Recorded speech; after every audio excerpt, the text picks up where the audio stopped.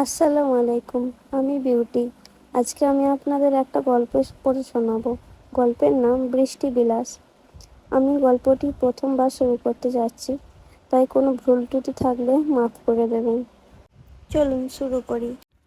রিক্সা থেকে নেমেই শ্যামা দেখলো তাদের বাসার বারান্দার কাঠের চেয়ারে কে যেন বসে আছে। কাঠের চেয়ারের পেছনের এক পা ভাঙা। চেয়ারটা দেয়ালে হেলান না দিয়ে বসা যায় না, কিন্তু যে বসেছে সে চেয়ারটা বারান্দার মাঝামাঝি এনেই বসেছে। একটু অসাবধান হলে উল্টে পড়বে। শ্যামার বুক ধুকধুক করতে লাগলো। যে কোনো সময় একটা অ্যাক্সিডেন্ট ঘটবে, এটা মাথায় থাকলেই টেনশন হয়।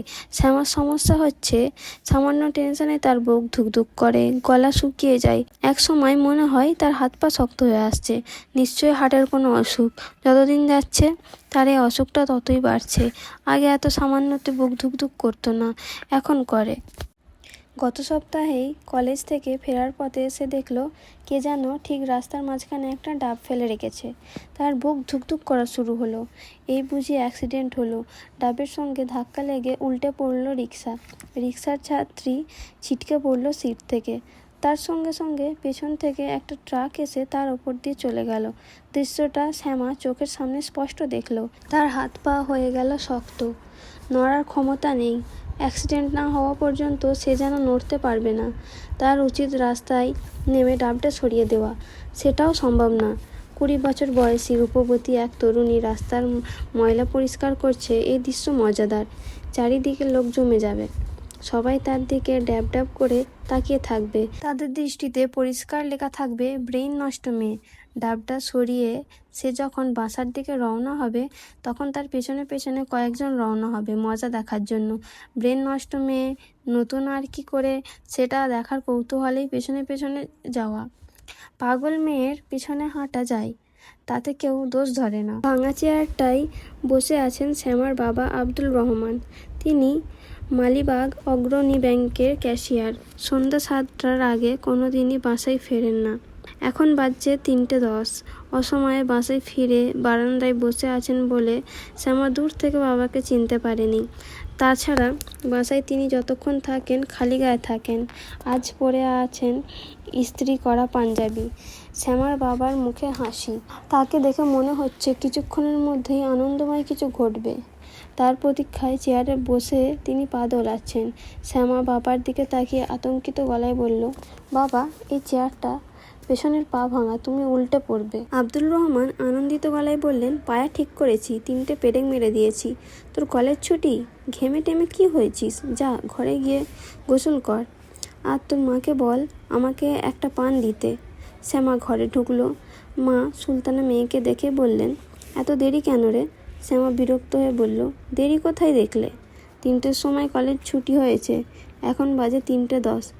যা গোসল করতে যা, বাথরুমে পানি সাবান তোয়ালে দেয়া আছে। তেই মারা যাচ্ছি, আগে ভাত খেতে দাও। আর বাবা পান চাচ্ছে।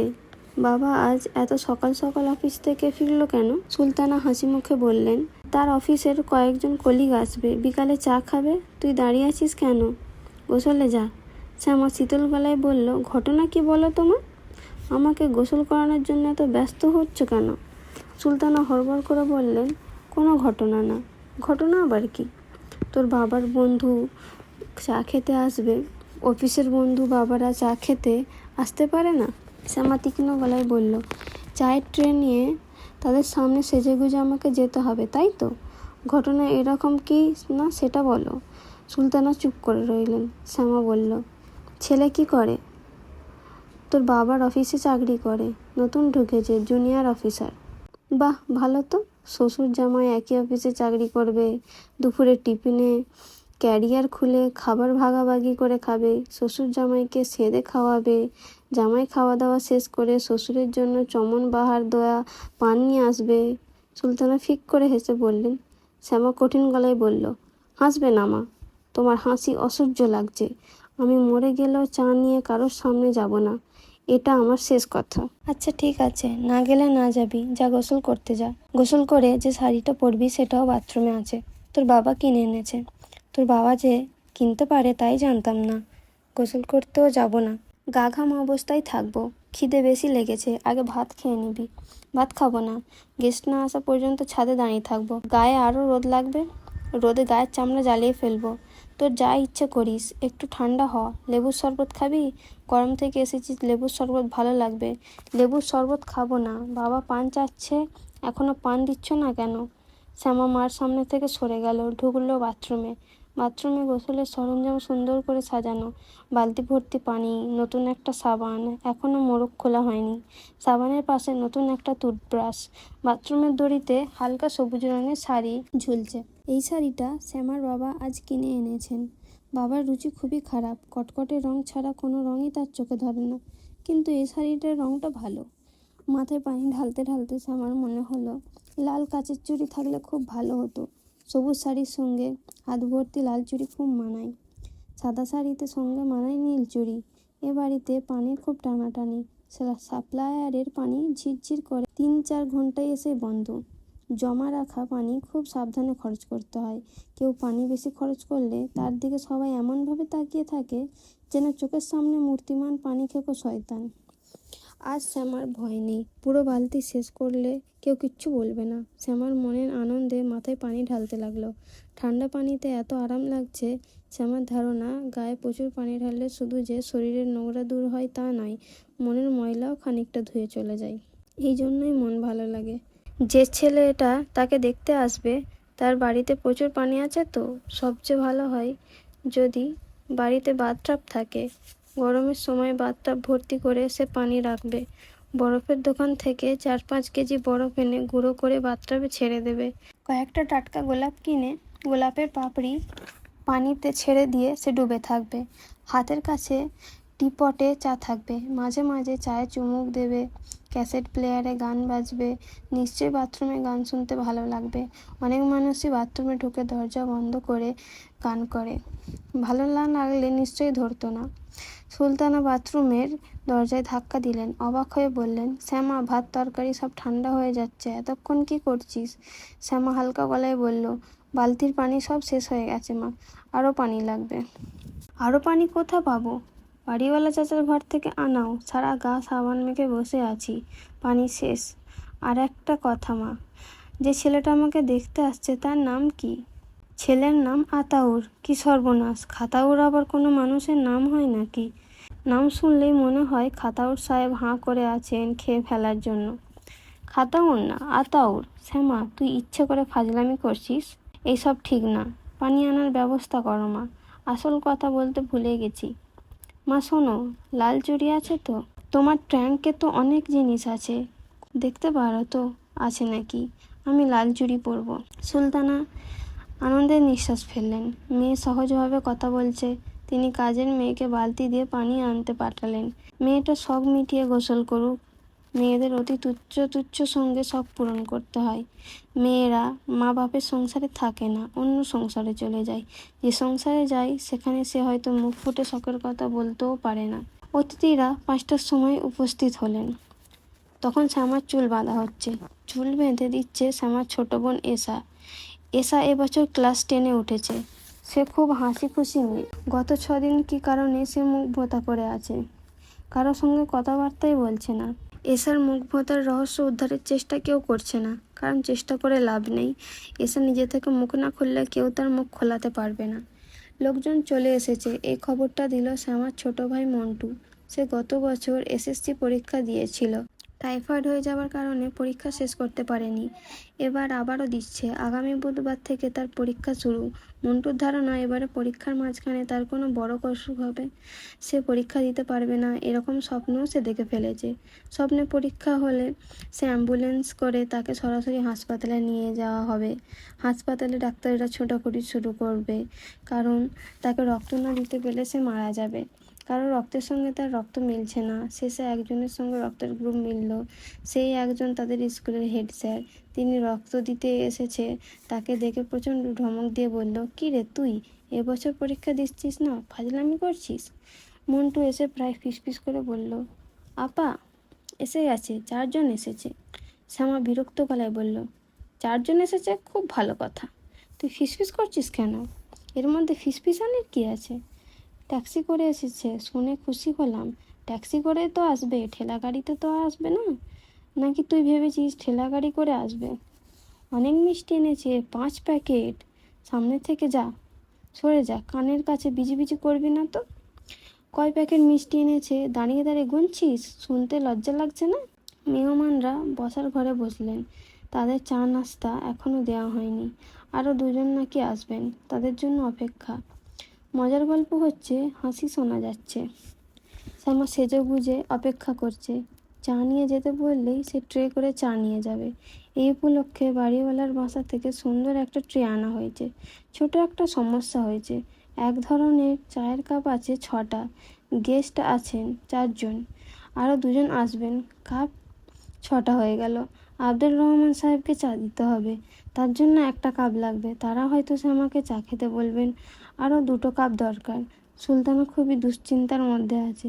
তিনি ঠিক করেছেন মেহমানদের কোনো বাইরের খাবার দেবেন না, সব খাবারই ঘরে তৈরি হবে। তিনি কলিজার সিঙ্গারা বানানোর চেষ্টা করছেন। সিঙ্গারা 3টা কোণ ঠিক মতো হচ্ছে না। সিঙ্গারা তিনি আগেও বানিয়েছেন, তখন ঠিকই কোণা উঠেছে, এখন কেন উঠছে না? বিয়েতে কোনো অলক্ষণ নেই তো? আজ সকালবেলা বেশ কয়েকবার তিনি এক শালিক দেখেছেন। এক শালিকের ব্যাপারটা অনেকেই বিশ্বাস করে না, তিনি খুব করেন।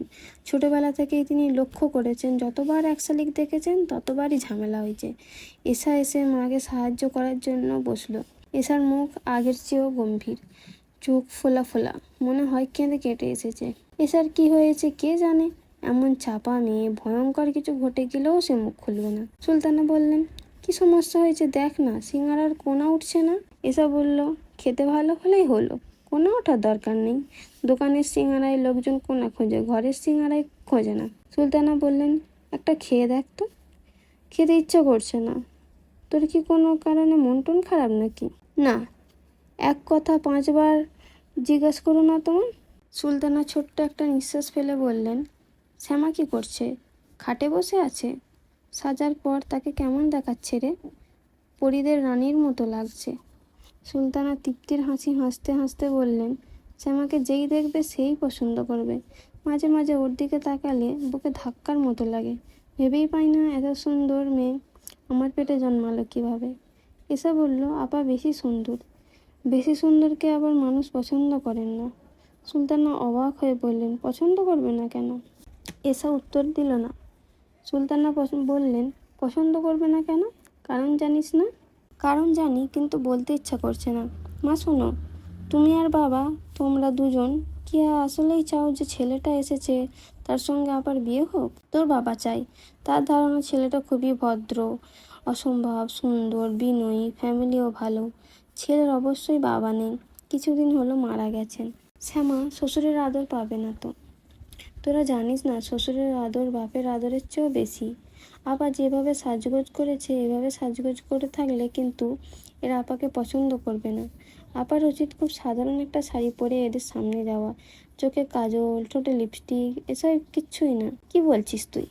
কোনো রকম সাজগোজ ছাড়া আপা যখন ওদের সামনে দাঁড়াবে, তারা বলবে, বাহ কি সহজ ধরনের একটা সাধারণ মেয়ে। বউ হিসাবে সবাই সাধারণ মেয়ে খোঁজে। আপার ঠোঁটে লিপস্টিক, গালে পাউডার কোনো কিছুরই দরকার নেই। গোসল করে আপা যখন ভেজা চুল থেকে বের হলো, তখন তাকে কি সুন্দর লাগছিল, লক্ষ্য করনি? সুলতানা অবাক হয়ে মেয়ের দিকে তাকিয়ে রইলেন।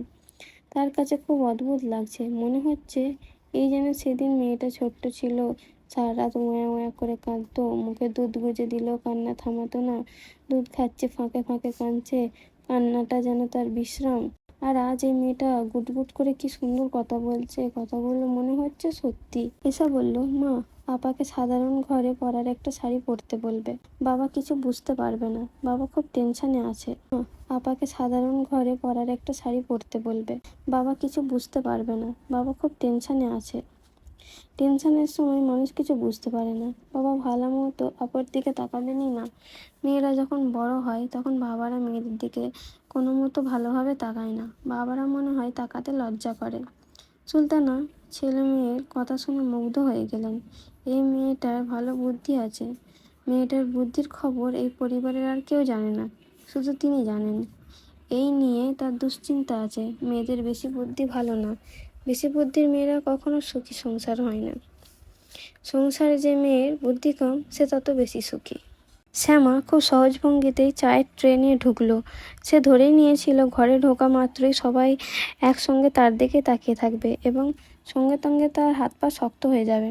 দেখা গেল সবাই তার দিকে তাকালো না। আতাউর নামের ছেলেটা মাথা নিচু করে বসেছিল। সে মাথা আরও খানিকটা নিচু করে ফেললো। শ্যামা তার দিকে এক ঝলক তাকালো। এক ঝলকে অনেকখানিটা সে দেখে ফেলেছে। ছেলেটা ছায়ার কচু গাছের মতো ফর্সা, হাতের নীল নীল শিরা বের হয়ে আছে, অতিরিক্ত রোগা, ঘুমের সমস্যা মনে হয়, চোখের নিচে কালি, বাম চোখের নিচে বেশি কালি, ডান চোখে কম, মাথায় অনেকটা চুল আছে, চেহারা ভালো, গোঁফ নেই, এটাও ভালো। পুরুষ মানুষের নাকের নিচে গোঁফ দেখলেই শ্যামার গা শিরশির করে।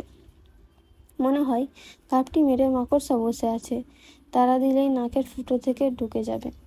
কালো আচকান পরা, মুখ ভর্তি দাড়ি এক ভদ্রলোক শ্যামার দিকে তাকিয়ে বললেন, এই যে মা, আমাদের জন্য চা নিয়ে এসেছো? কেমন আছো গো মা? শ্যামা বলল, জি ভালো আছি। বসো মা, তুমি আমার পাশে বসো।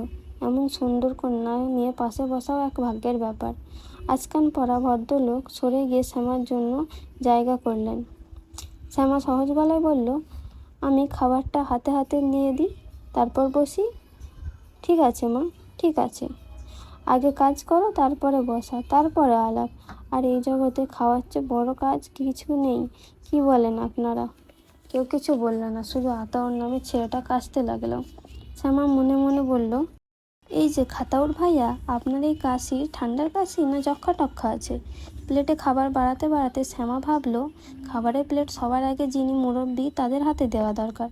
তা না করে সে যদি যক্ষা রোগী খাতাউরের হাতে দেয় তাহলে কেমন হয়? যক্ষা রোগী নিশ্চয়ই ভাবছে না তাকে প্রথমে দেওয়া হবে, তার কাশি আরও বেড়ে যাবে। আজকান পড়া মাওলানা বেশি ফটফট করছে। মাওলানার ফটফটানি কিছুক্ষণ হলেও কমবে। মাওলানা হয়তো মনে বলবে, নাউজুবিল্লাহ, মেয়েটা তো মহা নির্লজ্জ, বলুক যার যা ইচ্ছা। শ্যামা খাবারের প্লেটটা আতাউরের দিকে বাড়িয়ে খুব স্বাভাবিক গলায় বলল, আপনার কি ঠান্ডা লেগেছে? এত কাশছেন কেন?